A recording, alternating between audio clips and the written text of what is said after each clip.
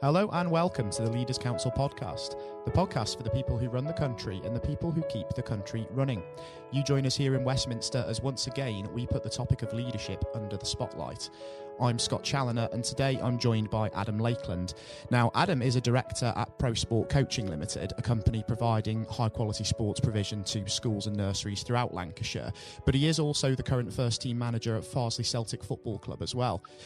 Adam, welcome. Great to have you on the programme with us today. Yeah, thanks for having me, Scott. No, absolute pleasure. So if we sort of go straight into things then, I mean, this podcast is very much all about leadership, but what does that word leader mean to you? Well, I suppose it's somebody that can be relied on, somebody who can, make not just difficult decisions, but make the right decisions. Somebody to give a little bit of guidance and direction to the people that they're working with, and ultimately just try and do the absolute most and best that you can for everybody and everything that you represent, really.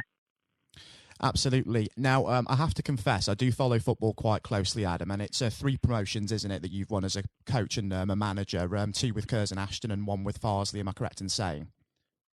Yeah, that's right. Okay, so what sort of effective leadership goes into especially generating and building a winning team like that? I mean, from a sporting perspective, that must be really interesting. Yeah, I think, standards, you've got to demand a lot of, first and foremost, yourself. You've got to be able to self-motivate and deliver the best quality that you can on a regular basis and keep those consistency levels high. Always strive to do better, even at the times when you're doing what everybody would feel is the best you can. You've got to always strive to improve yourself and those around you, and demand more of yourself and the people that you're working with. And just try and maintain those standards, but also have ambition. I think it's so important for you to have and demonstrate ambition and always believe that you can improve, and there's always more to achieve, and just try and be as honest and as transparent with everybody as you can. But you've also got to have the ability to be firm and to be gritty and make them difficult decisions, as and when they're needed. Absolutely. And as a coach, not just, of course, in the context of coaching football clubs, but also with Pro Sport as well, it's important for a leader to create a culture of positivity as well, to really get the best out of those around them. That's also really integral, isn't it?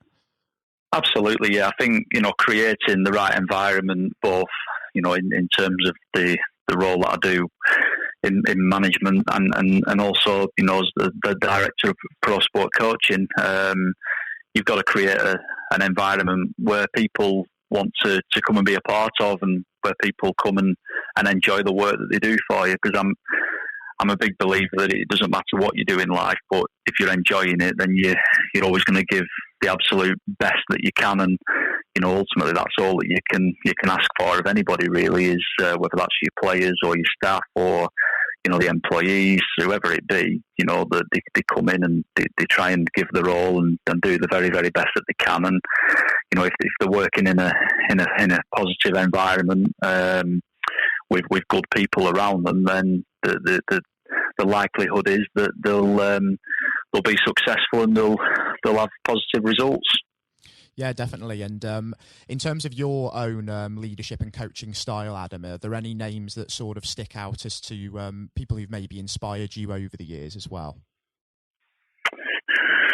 I mean, there's a couple of people, that they're not famous as such, but I'd say that probably somebody who made an early impact on me as a coach was a guy called Andrew McNally that I worked with at Blackburn Rovers, and then moving into Curzon Ashton, working with John Flanagan, who's he's an older manager and he's pretty much old school, and I learnt a lot from him in different ways, but probably in terms of more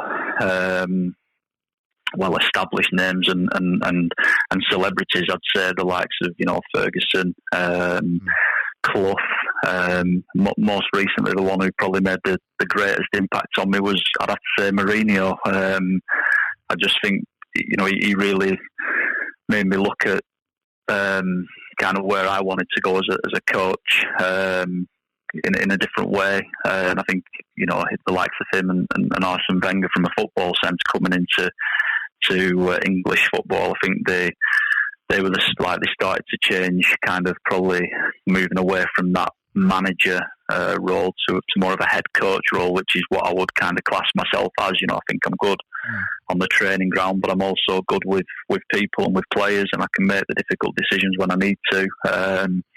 But those, in particular from a football sense, would certainly be the ones. Then look at the likes of, Winston Churchill. I'm interested in the stuff that he did for the country, and there's numerous, but those in terms of the football, they'd probably be the ones.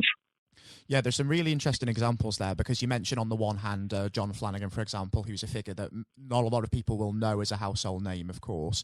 But also on the other hand, you've picked out the likes of Wenger and Mourinho, who are revered managers, but have also faced a lot of criticism in their time. So taking into account those two things, that good managers can often go under the radar, and there are some who are exceptional managers who are in line for criticism quite a lot of the time.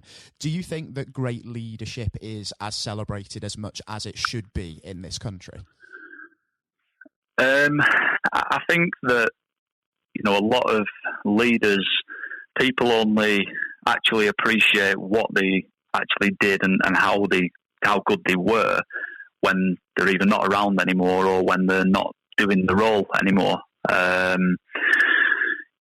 think you're there to be shot at as a leader or a manager, because ultimately your job is to make decisions, and you always try and make the right decisions, or the ones that you think are the right decisions, whether it be for your business or for your team or whatever it is that you're in charge of.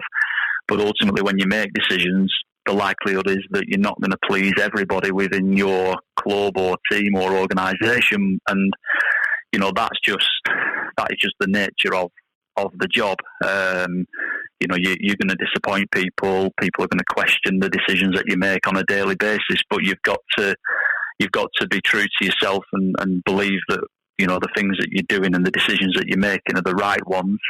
And I come back to it. That I think a lot of the great leaders, they're only probably truly appreciated when they either leave the post that they were in, or they're unfortunately not around anymore. Yeah, for sure. Touching on more topical matters now, Adam, it's clearly a challenging time, not just for businesses all over the UK and the world, but also football clubs as well, with the impact of this coronavirus outbreak. So how have you found the last few weeks, not just being a business leader, but also being the manager of a non-league football club as well? They've been very difficult. Certainly the last week, although the last couple of days have been a little bit easier, because there's been a bit more information passed on now, which of course then helps you to make decisions and plan.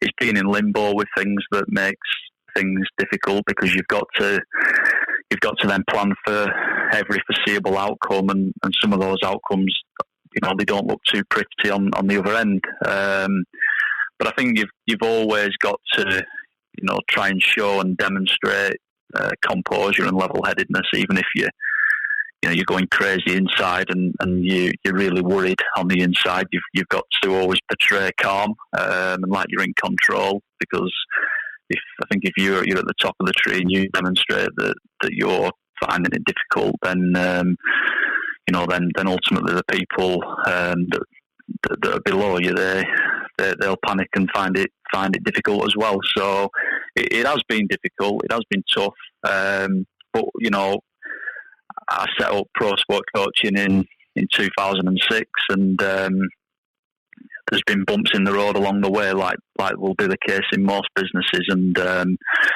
certainly on the football side, there's bumps in the road every other day. Certainly in non-league football, but it's how you overcome them and trying to remain positive and trying to do the right things. I'm very, very fortunate now that I've got my business partner, Damien Sweeney, who he merged his company, Sweeney's Multisports, into Pro Sport Coaching Ltd in September last year, and that's been a massive help for me personally, because sometimes running a business on your own can be difficult, but having somebody to lean on and back you and just give you that reassurance that you are doing the right things has been really beneficial, certainly at the current time. Absolutely, because it can quite easily be forgotten that being a leader in any context isn't just a one-man or one-woman job. It is very much a team effort as well. Before we do wrap things up, Adam, do give me an idea of what you imagine the next year is going to hold for yourself, for Pro Sports, and also Farsley Celtic, and what you hope to achieve collectively in that time. Well, in terms of Pro Sports, prior to the current situation with the coronavirus, we were going from strength to strength, and there was no evidence to suggest that we wouldn't continue to increase our customer base and turnover and profitability and workforce and et cetera. So, whilst at the moment it is very difficult, and that's kind of been that rate of growth has certainly had the brakes put on it. I envisage that we're determined to use this spell now to ensure that we're stronger when the schools do return, and when we do get back to full workload, that we're a much stronger organisation. As a consequence of it, time is something that you're always short of. There's always things that you'd like to do to improve, but you don't always have the luxury of time to do it. We want to use the time that we have now to ensure that we're improving every aspect of our business that can be improved, so that we can when things do pass by, we're in a much stronger position to kick on. In terms of football, you can never really predict too far ahead in football, because it's 1 minute you're the best manager, and the next minute you're on a bad run and people are looking for a change. So it is difficult. Our objective this season was to maintain our national north status, having got promoted last season, and regardless of whether the season finishes now or whether it's concluded at a later date, we've managed to achieve that goal, which is for a club the size of Farsley in such a challenging league. That's an excellent achievement for us. As to what will happen next season, it's very difficult for me to say, other than I love my job. I have great support staff around me. Got a really honest and hard-working group of players. But I, as an individual, I've got ambition. I want to manage full time one day. I want to try and get into the football league, and I'm very, very determined, to do that. But obviously, only being 35 and very young in management terms, I'm in no rush to do it.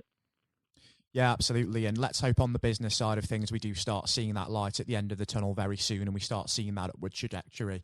But also in football terms, let's hope as well that there will be more success for Farsley Celtic, because it's 3 promotions now, 2 as a coach, 1 as a manager.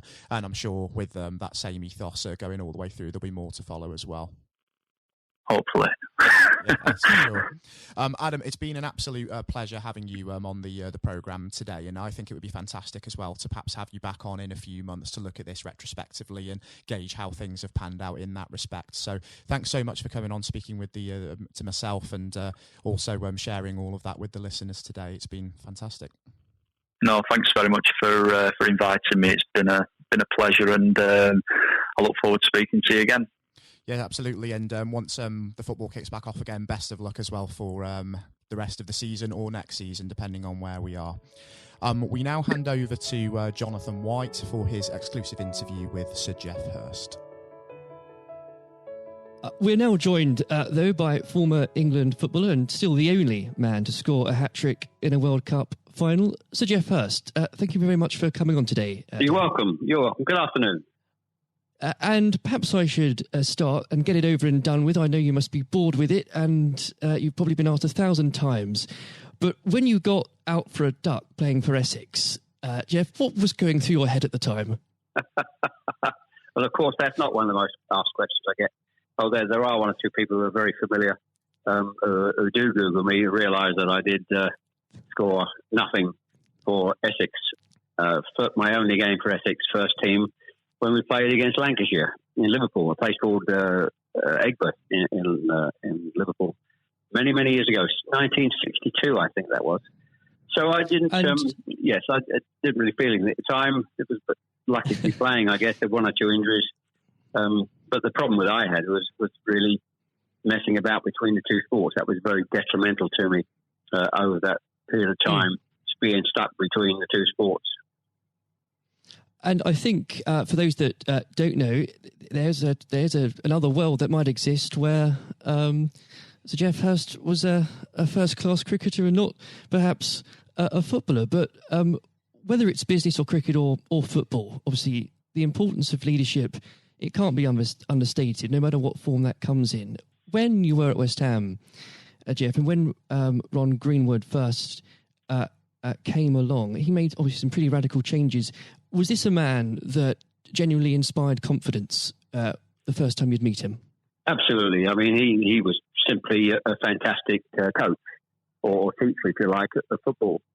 And the quite always mentioned when we talk about Ron Greenwood, Harry Redknapp, who was played under him and has been very successful as a player and a manager over many, many, many years. He's come across many coaches, of course, and managers during his time over years, I guess. He would still say that Ron Greenwood is the best coach he'd worked with.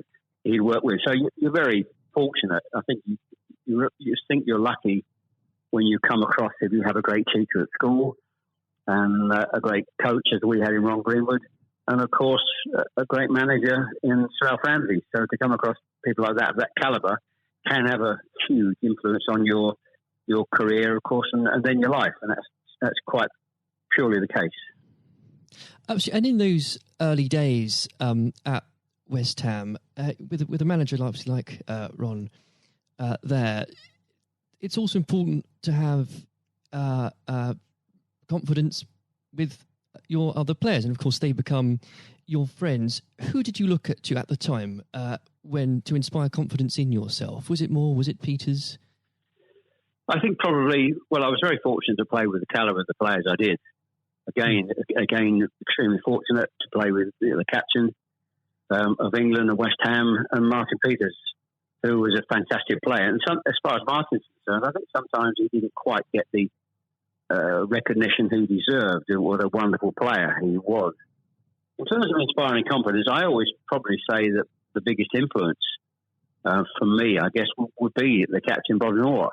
Although he was only about 8 months older than me, he graduated through the system probably 3 or 4 years earlier. He played for England in 62, 4 years before the final when I played. And so he was more, looked upon him more as a senior player, if you like, not as a guy with the same age group as me.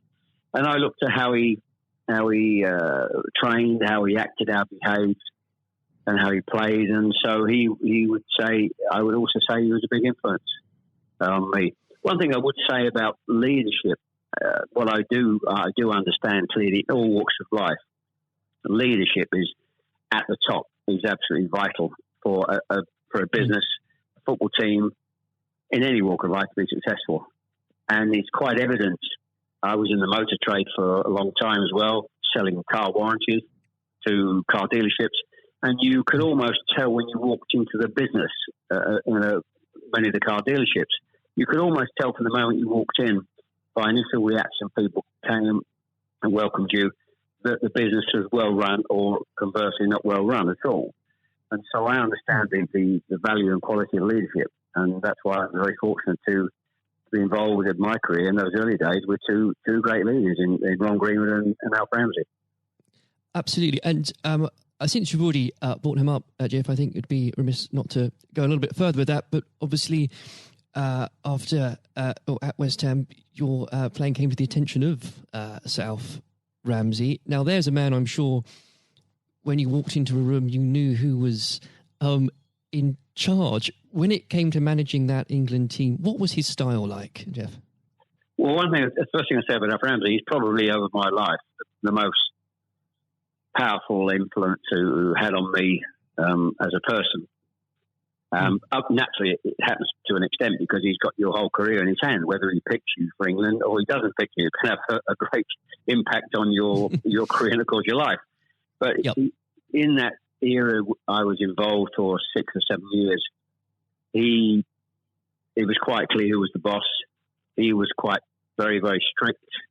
Probably at a time, maybe overly strict, but at a time you probably wouldn't necessarily get away with it in today's football because it's changed dramatically in how you deal with players then and players now. But he was the most powerful man I came across, and very few people. And he was quite ruthless in getting people out who didn't want to be part of a group, part of a team. It is important that if you've got a group of people, and that's in any walk of life, they're all singing off the same hymn sheet, and you don't have anybody that's griping or moaning about the system. And if you've got people like that in your organisation, one thing I have learned, and I've taken it on in my life, my family, you've got somebody in the group that doesn't want to be part of it, you get them out. And Alf, I think, was quite ruthless of that in his staff. And I think that's one of the most serious things I think I've learnt over a long period of time.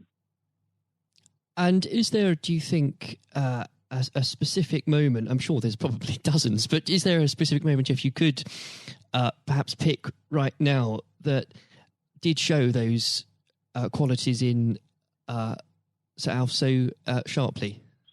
Yes, I think for me, certainly, I think there are instances of players who you thought would be in the team or certainly in the squad, and surprisingly they were not. There was no necessary reason for it, but looking back, I do think perhaps they were people that Alf didn't think wanted to be part of a group. So that's for me. In terms of my personal view, I think that it looked prior to the World Cup that I was going to be playing in it. Only a few games before I was playing, and I played with Jimmy Greaves in a game against Yugoslavia only a couple of months before the final. And it looked at that stage as if I was going to be playing in the team. But in a couple of more friendly games before the final in Poland and Norway, I think, and Denmark, I played 2 of the 4 games, and I probably didn't quite replicate my form that I'd been showing at West Ham and in the early couple of games for England. And he left me out in the first game of the World Cup against Uruguay. He started off with Jimmy Greaves and Roger Hunt. So I had an impact of thinking at that stage I looked like I was going to play, and didn't start because of just a lack of form. I didn't play quite well enough to justify my position. And somewhat fortuitously, I only got back in the team because of a nasty gash to shin on Jimmy Greaves' leg. And I think what you've said there, Jeff, actually does sum that up really well. And more than that, whilst it's important to have that someone in charge with those qualities, it's almost useless if there isn't a strong and unified team behind them. And there really must have been moments, Jeff, maybe there weren't, but let us know, in that 66 competition, the prolonged pressure on all of you, the weight of a nation, did it get to you? Oh, not for me personally, no. I think, and I don't, not for me, not for a second. I think I was just happy to be involved in the squad initially. Not at all. You're not aware of the magnitude of the occasion, really, looking back out. So I never really felt, people talk about pressure a lot, and it's there, and players talk about it in life. I didn't really necessarily feel any great pressure during the time I was there. And what is also important to say about Alf Ramsey, the people he left behind that were left in the squad after he moved 1 or 2 players out, the squad were a bunch of very hard-nosed, professional, top-quality people. And that was, again, the leadership that Al showed. He got people in together that were very, very strong personally. And I think that was part of the success we had. We were I always describe our group as hard-nosed professionals. We have some great players, but overall they were great, hard-nosed professional players and great quality people who we've kept in contact with, over the years. And Jeff, I've got to ask, and I'm not making this up, I've genuinely heard that people do ask you whether or not you realise there were people on the pitch at that moment. I imagine you were busy on something else. Well, I did some theatre shows last year. They've gone fairly well, and we're going to do a series of theatre shows, in fact, starting this week, over the next 2 or 3 months. And at the end of the theatre shows, we have about 20 minutes where we allow the people in the audience to ask questions. And I won't mention both. They're too long to talk about both questions. The other one's a really stupid one. It's too long for me to tell you. It's absolutely ridiculous. But the other ridiculous question I get asked, did I realise there were people on the pitch? And of course I jokingly say, yes, I was just about to shoot to score the goal. And I looked round, put my foot on the ball and looked round for a little while and said, oh dear, there are 6 or 7 people running on the pitch. So I've been asked that once at one of the theatre shows. So I make a joke about that and saying, yes, I put my foot on the ball and waited to just have a glance round, Maybe it does prove there are things such as stupid questions, really. Oh, yeah, there certainly are. I've got another one which I won't bore you into. It's too long to tell you. I was in a Jersey, or Channel Line, Jersey or Guernsey 2 or 3 years ago, and most stupid, irrelevant questions, absolutely nothing to do with football whatsoever, which was absolutely, but I can use that now because it is quite funny. Well, maybe another time then, but we... well, you want me? I can tell you if you want. You got time? I can tell you if you want. Jeff, go on. Go. I think it would be silly if I said no at this point. Okay, so I was doing at a dinner in the Channel Lines, 300 or 400 people, black tie dinner, guest of honour. On this occasion, I was speaking for about 20 minutes, then allowing questions from the audience at the end of the evening, and there was usual football questions. And then all of a sudden, I had somebody at the back who asked a question. I didn't quite hear what he said. He didn't have the microphone with him. So I said, I didn't hear what he said. Can you please give this chap the microphone so I can hear clearly what he said? So the chap had the mic and he said, when a turtle loses its shell, is it naked or is it homeless? Right. What a question. What a question. I think that would be definitely in the stupid category, wouldn't it? So we had a laugh about that. And you've got to have a patient of a saint, I think, sometimes to put up with things like that. But then again, I found it amusing. I just found it amusing. In fact, some of the audience found it highly amusing as well. So it did make me laugh that day.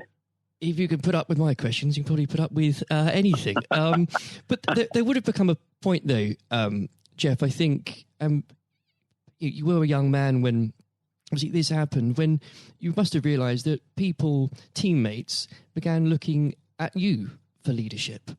Is that something that occurred to you, or did you just realise that by one way or the other, people actually begin to look up for you for inspiration? Well, possibly. That's never really struck me until you've actually mentioned it now, quite frankly. It's a new question. Does anybody look up to me? I'm sure perhaps there are people who pay you compliments of fans of West Ham and Stoke, and of course England fans who I think probably it would be very immodest of me to suggest I felt that somebody was looking to me for inspiration. You don't have to, but I will. Well, it's okay for a third party to do it. Perhaps that may have been the case over the years. People look at you and maybe it has a helpful effect. But I do think how you behave and set examples on and off the pitch, people must realise that has an influence. How you react and behave to situations on and off the field surely probably has an impact to younger players coming into the team latterly. And with that, looking at football today, is there anybody that you think particularly on the field or the sidelines that strikes you as someone with those qualities that you could identify in a natural leader? Well, current players, you mean? Oh, players, managers, anybody that you look to today, really? Well, I think some of the outstanding. I think the best example about a leader and at the moment is Klopp at Liverpool. He has been absolutely fantastic to acquire the players and get them to. Their attitude is absolutely fantastic. They're great players, but there's more to just being good players in football. It is to have a good player with a fantastic attitude, and their willingness to work for each other and the team is absolutely outstanding. Hence these unbelievable results. There are, and the great players not always succeed as individuals, or probably even certainly as a team if you haven't got the right attitude alongside it. And they're probably, and that comes through the leadership. That's not just luck. Absolutely. That's absolute leadership. He'd be the best example, of course, in football terms today. Easily. And of course, but going back not that long ago, Alex Ferguson is just absolutely. You've got to take him as the first example, because Klopp's only done this over a period of time, a short period of time. But if you look at the 26, 27 years that Alex Ferguson did with Manchester United, and subsequently since he's gone, how they are not doing so well. He's the best example of management we've probably ever seen, and I don't think anybody will see the light of that kind of leadership again. It's absolutely astonishing. And do you think, could you imagine Sir Alf or even Ron Greenwood managing teams today? Yes, I think so. I think yes, no question at all. I think Ron Greenwood. Yeah, well, the answer, straightforward answer is yes. Good answer. The straightforward answer is yes. I can elaborate as much as you want, but the straight answer is absolutely categorically yes. And with and I know if we could talk about this probably for the next hour or so, but I'm conscious of the time. Looking back through your playing career, perhaps especially your time for England, who was it that struck you more than anyone else on the pitch that displayed qualities of not just leadership but companionship and level-headedness that you think that have stuck with you all these years later? Well, I think I was very fortunate, and I wouldn't pick any one player out. I think looking at so many, and that's why we were successful, because we had so many showing all those qualities that you just mentioned throughout the team. I think that was outstanding, and it's an opportunity to talk about all of them in that breath. And there was nobody. And going back from an earlier question for me, all hard-nosed professionals, good teammates, good socially, and that's why we kept in touch with each other on our golf days every year up until about 5 years ago. Of course, with the sadly dwindling numbers, we still got on. Our wives got on all together all those years later. It didn't just finish after '66. That reunion, that camaraderie, that team spirit, getting on with each other lasted for a long time. And I wouldn't. When you put those questions and how you categorise those, I would pick every one of the 11 players who you put in that category that were like that. There was nobody else. They were all outstanding, and I think that was a big part. I can't stress how big a part that was. And I've said that many times, for the success of the team. We had some great players. We had some great players, of course, but without the attitude alongside that, going back to an earlier question, we wouldn't have been as ultimately as successful. Exactly. Without that, the whole will never be greater than the sum of its parts. But with it, yes, the word is team. The word is team. Absolutely. And I always use the word team when I talk. Sometimes together, everyone achieves more, and that's the same in any walk of life. That's fundamental. And lastly, Jeff, looking, if you were to give advice, and whether this is in sport or business or indeed any other walk of life, what would you identify, if you can, as the key tenet that you can't go without in terms of leading a team, no matter what that team is? Single-mindedness, dedication to the job, thinking about that role, that job in leadership all the time. It's a huge part of your life. I don't think you can switch off when you're in business at the top level or sport at the top level. You may, have a couple of weeks holiday, but I'm even sure if these top managers and leaders in all walks of life are away on holiday on a beach somewhere warm, I'm sure they will not switch off for 2 weeks and completely not think about their role as the boss of an organisation. And I think you're completely focused. You're always thinking about things, thinking about improvements, and it's just dedication and tuning your life to being successful. Excellent. Well, Jeff, on that point, thank you very much for joining us today. You're welcome. Very good nice to have a talk about this and just go over the past and just refresh my own memory about the quality of the players I grew up with. Excellent. Another time, it would be great to talk again. Thank you, Jonathan. Thank you. This has been the Leaders Council podcast. Thank you for celebrating excellence in leadership with us. I've been your host, Scott Challoner. Until next time, goodbye. Thank you for listening to our podcast.